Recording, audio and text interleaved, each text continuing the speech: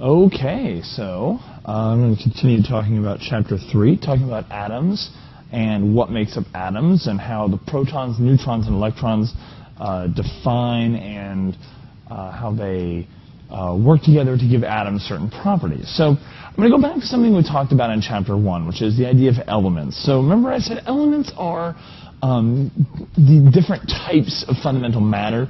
Remember, we defined an element as anything that cannot be broken down into similar substances by chemical means. And really what the real core of all this is that each atom has a particular flavor. Atoms have different types known as elements. So the reason you can't break down oxygen into anything other than oxygen is oxygen is just made up of oxygen atoms. So chemical processes can't change atoms of one type into another type. That's actually a nuclear process, which we don't consider a chemical process. That's different. It doesn't happen that often. We're not going to, well, I guess it does happen. Depends where you are, how often it happens. And but we're going to talk about what makes carbon and nitrogen and oxygen atoms different from one another. So atoms of one element are fundamentally different from other atoms. So our carbon atom is fundamentally different in some way. Its makeup is somehow different from that of a nitrogen atom, which is somehow different from that of an oxygen atom, and so on and so forth. There's currently 117 known elements, 80 are naturally occurring, the other 29 have been made in laboratories. And everything is listed on the periodic table of elements. You might have older, I think our book and the one in our classroom definitely is older and doesn't have all 117. However, they're all listed, and the ones that haven't, the ones that are missing out of the slightly older periodic tables, just a couple of years older, we're not going to work with, so it's not that important. So each element has its own symbol. So you're going to need to know this. Now, this is on a list of things you have to memorize, but you have to know the following elements. So people always ask me, do we have to memorize the periodic table? The answer is not really, but maybe depends on what you mean. I'm going to give you a periodic table for every exam and quiz, but you need to know what the symbols' names are, because the periodic table I'm going to give you doesn't have the names listed. So when you look at a periodic table, let me pull up one. So here, when you pull up the periodic table, you'll see that you have carbon, nitrogen, oxygen, but it doesn't say carbon on here anyway. So you're anywhere. So you're going to need to know that C is carbon, and carbon matches to the letter C. Now there's some weird ones like down here, iron, Fe, iron. You have to know that one. And let me list out which ones you have to know. And I'll put this on the slide in a minute. You're going to need to know numbers 1 through 36. So you need to know the first 3 rows. Now again, I don't expect you to know that carbon is element 6. You're going to be able to look that up on the periodic table. You just need to know that carbon is represented by C. You need to know that V is vanadium, that sort of thing. You don't have to know the order or the numbers. You're also going to need to know a few other common ones: rubidium, strontium, cesium, barium, silver, lead, mercury, tin. Sorry, I said lead, didn't I? Mercury, silver, gold, not lead, tin, lead, iodine, and xenon. I'm going too fast. I'm going to list them all out here. So here's the ones you need to know. You need to know these. So you need to start working on these. You'll have until, I think I put it on the list of when to memorize. You don't need to know for this week, but next week. So there you go. So fundamentally, let's talk about what makes an atom of one element different from an atom of another element. What makes an iron atom different from a lead atom? Well, it's something called the atomic number. And the atomic number is actually listed if we look on the periodic table. There we go. And it's listed on the periodic table. This number up here. It's maybe in a slightly different location on different periodic tables, but up here. So 6, 7, 8, 9. So carbon, its atomic number is 6. Now what this atomic number means is that's not what I want. It means it's the number of protons in the nucleus of the atom. So if you look on the periodic table and you see carbon is 6, what that means is what defines a carbon atom as being a carbon atom is that it has 6 protons in its nucleus. How many electrons or neutrons it has doesn't matter. So you don't get in the habit of thinking it has to have a specific number of neutrons or electrons. The only thing that makes it carbon is that it has 6 protons. The only thing that makes nitrogen nitrogen is it has 7 protons in its nucleus. So the atomic number is how many protons they have in their nucleus, and that's what defines them as that element. So what fundamentally makes atoms of different elements different from one another is the number of protons in the nucleus. So, going back to PowerPoint here. So, it's represented by the symbol Z, which just makes all the sense in the world. You think atomic number, you think Z, of course. And I have no idea why it's Z. So the atomic number is what defines it of a particular element. So it is the end-all, be-all of an element's identity. All oxygen atoms, if I say it's an oxygen atom, you can be guaranteed it has 8 protons. If something has 8 protons, you know that it's an oxygen atom. So that is the end-all, be-all. Nothing else matters. Number of protons is it. So the atomic number, number of protons, that they are the same, and they define the element as an atom of being a particular element. So element is, another way to define an element is a pure substance in which all atoms present have the same atomic number. Okay, now we're going to talk about something called mass number. The mass number is the sum of the protons and the neutrons. Now, as I said, it is not necessarily true that every carbon atom is going to have the same number of neutrons. But let's say, so carbon, I have an atom of carbon, and we know how many protons it's got to have. It must have 6. Now, let's say this particular carbon atom also has 6 neutrons. That means its atomic number, Z, is 6, because that's the number of protons. Now, the mass number, and this is the thing that's really confusing, the mass number is represented by the symbol A. I don't know why the mass number is A and the atomic number is Z. I really don't know. But it is backwards from what you think. The mass number is the sum of the protons and the neutrons. So in this case, for this particular carbon atom, the atomic number is 6 and the mass number is 12. Right. So, it's always going to be a whole number, because we're just adding up number of protons and number of neutrons. Now, let's say I've got a carbon atom with 6 protons. It has to have 6 protons if it's a carbon atom. And number of neutrons is 8. The atomic number is still 6, but the mass number is now 14. Right. So, it's represented by the symbol A. It's number of protons and neutrons. So there you go. That's the mass number will always be a whole number. The mass number is just the sum of protons and neutrons. It's not an actual measure of the mass. It's just a way that we can quickly identify how many protons and neutrons. Collectively, protons and neutrons are collectively known as nucleons. Why would I call them nucleons? That's right. I'd call them nucleons because they exist in the nucleus, with contrast to electrons, which exist out in the electron cloud, right? Okay. So, it's important to know, when you look on the periodic table, I want you guys, for the moment, I'm going to cover this in the next video lecture. You see this number here, under carbon? So 6 is the atomic number. This is not the mass number. This is something else.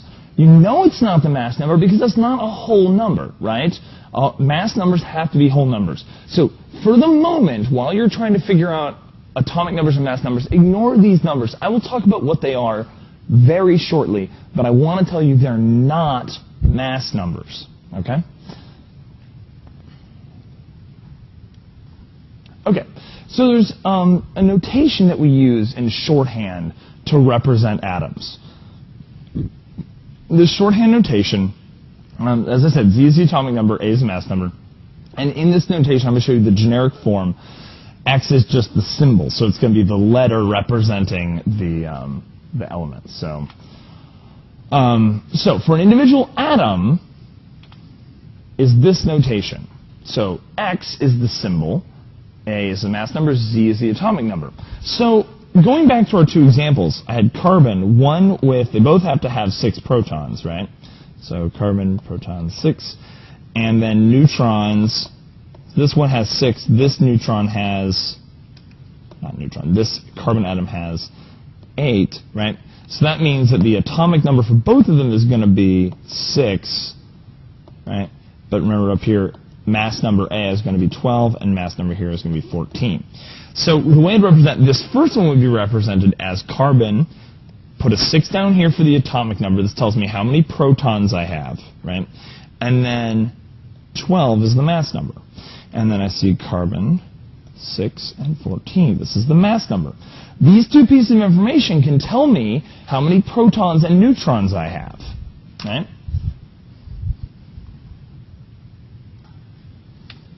So, carbon with 6 neutrons, there we go, symbol there. There we go, that's for 8 neutrons. Okay, so when you look at these two, when you look at carbon 12 and carbon 14 here, look at these two, is there something here that seems maybe redundant or unnecessary to you? I'm hoping that what you said is that the 6 is sort of redundant and unnecessary, because carbon means the atom with 6 protons, right?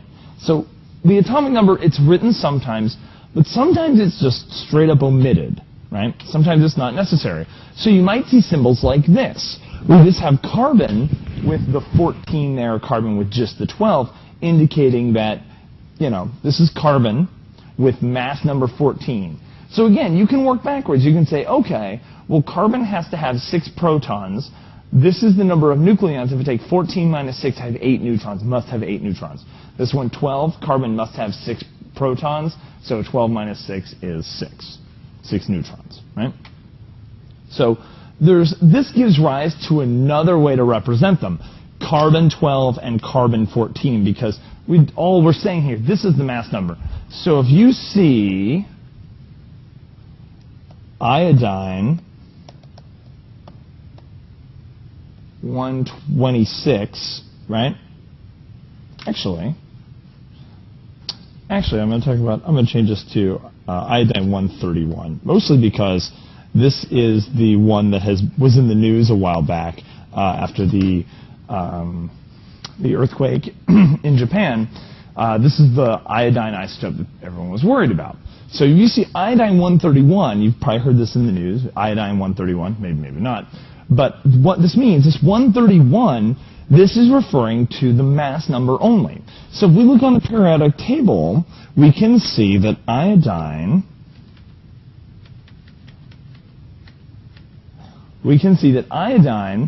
has atomic number 53, meaning it has 53 protons. So 53, sorry for the technical difficulties, guys. There we go. Iodine 53, 131. This means it has 53 protons, and then the neutrons must be 131 minus 53, right? Which gives us 78 neutrons, right? So don't go thinking that the number of protons and neutrons have to be the same. They can vary, and they can be different, and there are some iodine atoms that are 131 and some that are 126, and they kind of range all over the place.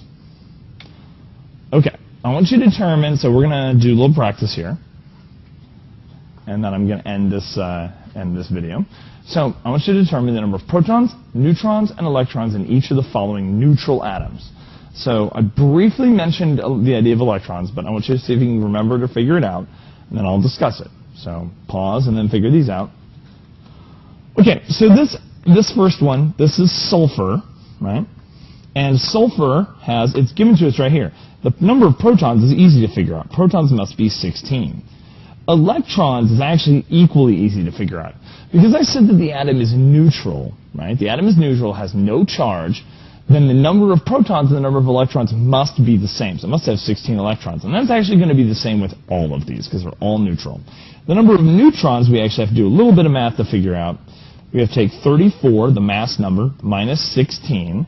And 34 minus 16 is 18. So we have 16 protons, 16 electrons, and 18 neutrons. Down here, zirconium is here. It has how many protons? 40. Electrons, 40. Now I pulled that from over here. That's where I got this from. The neutrons, the only thing we have to do math to figure out. I'm going to take 91, the mass number, minus 40. So 91 minus 40 is 51. Right? Xenon, protons, 54. Electrons, 54. Because it's neutral, they must be the same. And so now I have xenon 131 minus 54 is going to give me 77 neutrons. So hopefully that makes sense. Now I want you guys to write the symbol from these. Okay? So pause it and try these. Okay. So selenium first. Selenium 80. Okay, this is easy because the 80 tells me the mass number. So it's up there. All I got to do is look on the periodic table and find the atomic number. If I look on the periodic table, I see that the atomic number of selenium is 34. That's easy. So an atom with 17 protons and 19 neutrons. So I'm just going to put an X here for the moment, and I'm going to show that. So we're going to have a 17 down here. Up top is going to be the mass number. I find the mass number by taking protons plus neutrons. So 17 plus 19 is 36. And then I just have to figure out what element this is, which is easy as looking on the periodic table and looking for box number 17, because the mass or the atomic number of protons, is the identity of the element, so chlorine. And down here, finally, an atom. This one is probably the most tricky one I gave you so far. So an atom with mass number 38. So 38 is going to go up top, and equal numbers of protons and neutrons. So if they're equal numbers of protons and neutrons, then half of this 38 must be protons, half must be neutrons. If I divide it by 2, I get 19. Element 19 is potassium. So this must be potassium 38. So there you go.